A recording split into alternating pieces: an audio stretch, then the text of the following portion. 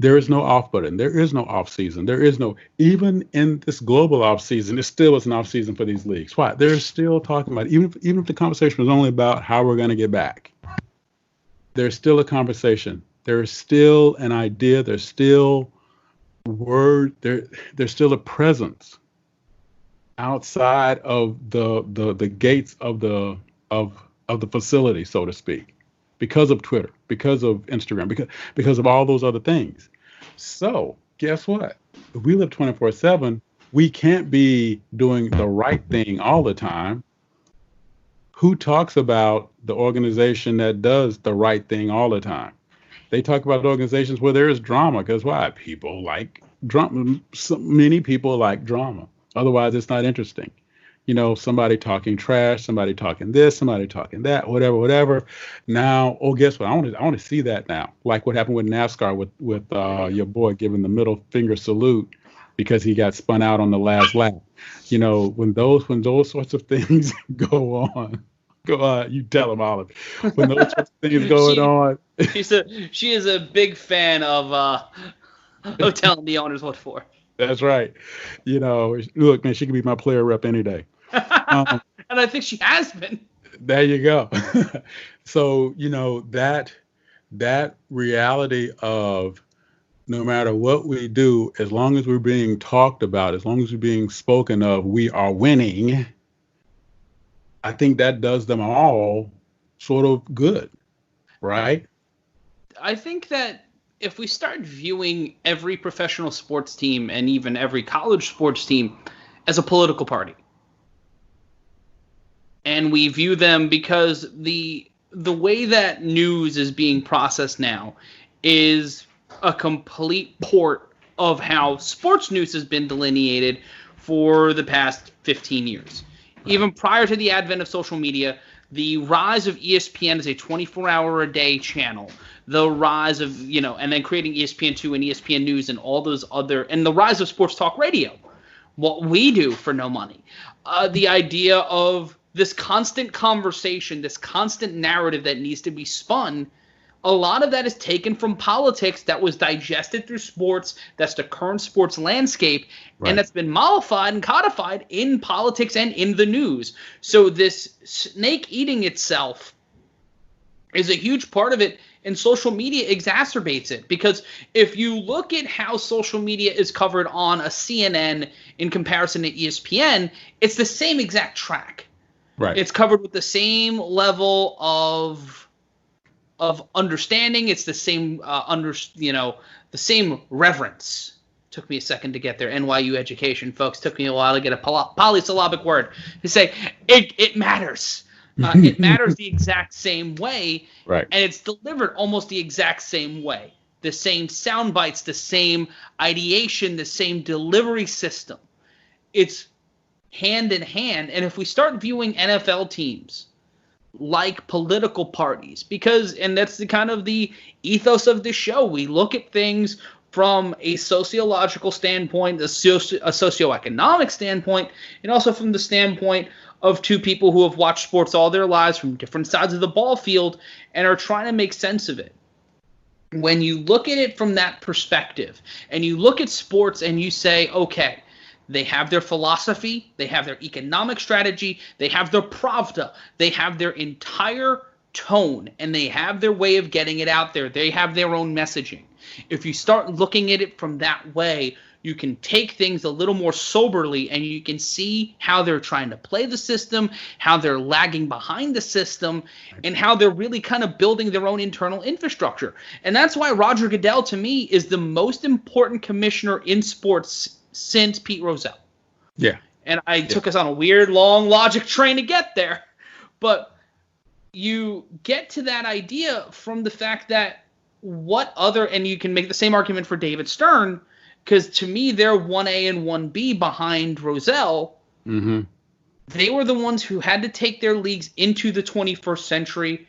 They're the ones that had to deal with the modern socioeconomic implications of the internet, of 24-hour news channels. Baseball really never, with the exception of the 94 strike, never really had to take that on. They never really looked at it that way. And Bud Selig was always on the side of the owners because he was an owner. Right. David Stern and Roger Goodell were league lifers or association lifers who worked as lawyers in the office and understood the machinations and the ways these teams and these leagues coexisted and were able to take the steps because they were lifers.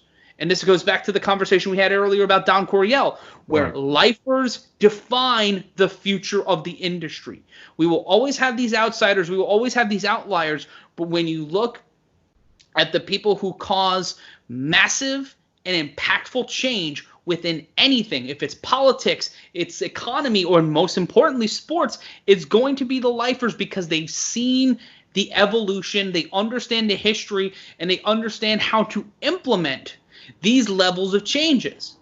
And they're the ones who are going to be able to stick and move and be the counterpuncher to the media, to the fans, to the players, and more importantly, the player associations, because they're going to be the ones who understand and can take a step back and give you the case logic and give you the case studies. Okay, so who do you think, talking about the lifers, right? And as soon as you said that, what popped in my head, I just wanted to be sure that I wasn't bananas, was Ozzie Newsome. Here it is. Ozzie Newsome is spoken of with reverence with how he handles the Ravens draft when he was GM, and now he's moved up to president of operations, or So, yeah. so he's spoken of with reverence, right? Rightfully so. Rightfully so. Oh, by the way, I just fixed my earbuds because I realized that I only heard you on one side because I didn't stick the doggone pin in all the way. So now actually hearing us in stereo, which is nice. So so here we go. So someone like Ozzie Newsome, who's spoken of with reverence, who's spoken of and being sort of a hallowed person in the annals of the NFL. Have you ever heard him described as a black GM or minority GM? Just Ozzie Newsome. It's just Ozzie Newsome, right? So, when you talk about lifers, we associate them with the sport, period. And who's another example of that? Romeo Crennel. Boom. Great example. Great. Archie Ellis, who came to my mind. I think of Ted Kill, who was the lawyer who was sort of the mediator for the very first collective bargaining agreement for the NFL. And he talked about how whenever he had to speak with the players, he had Otis Sistrunk on one side, Art Shell. Oh, no. Who was the other cat who was 6'9", 6'10", played for the Raiders? Gene Upshaw. Gene Upshaw. Yep, Gene Upshaw. He was the head of the PA. He was the former president of the Players Association.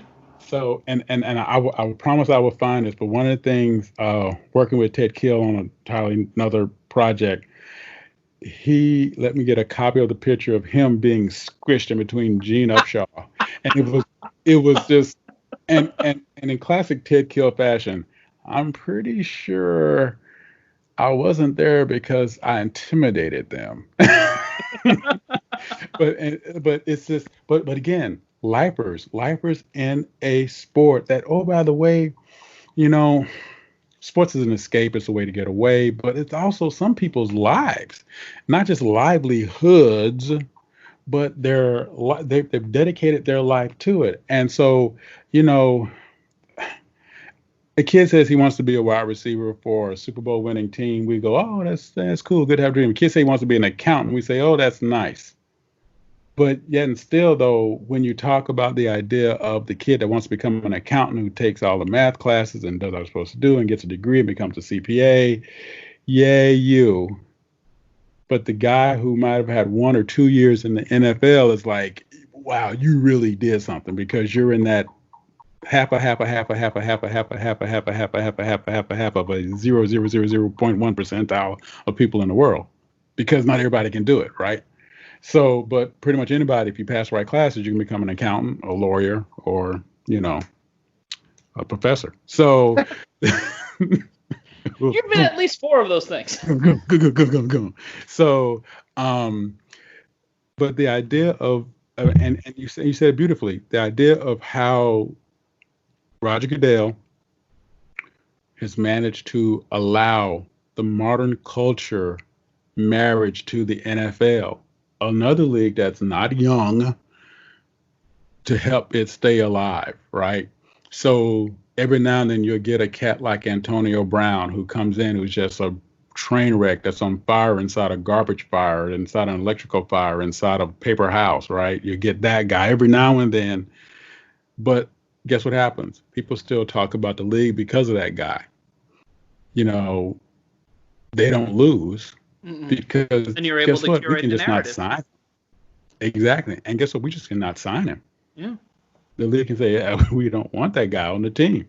So guess what? He still becomes a story. He still supports the league being a story, and he's not being dealt with by the league on a team because of he wants to wear his helmet from 1847, the leather helmet with no face mask, because that's what feels better on his head, and that's why he's been sick. Whatever it is. Anyway.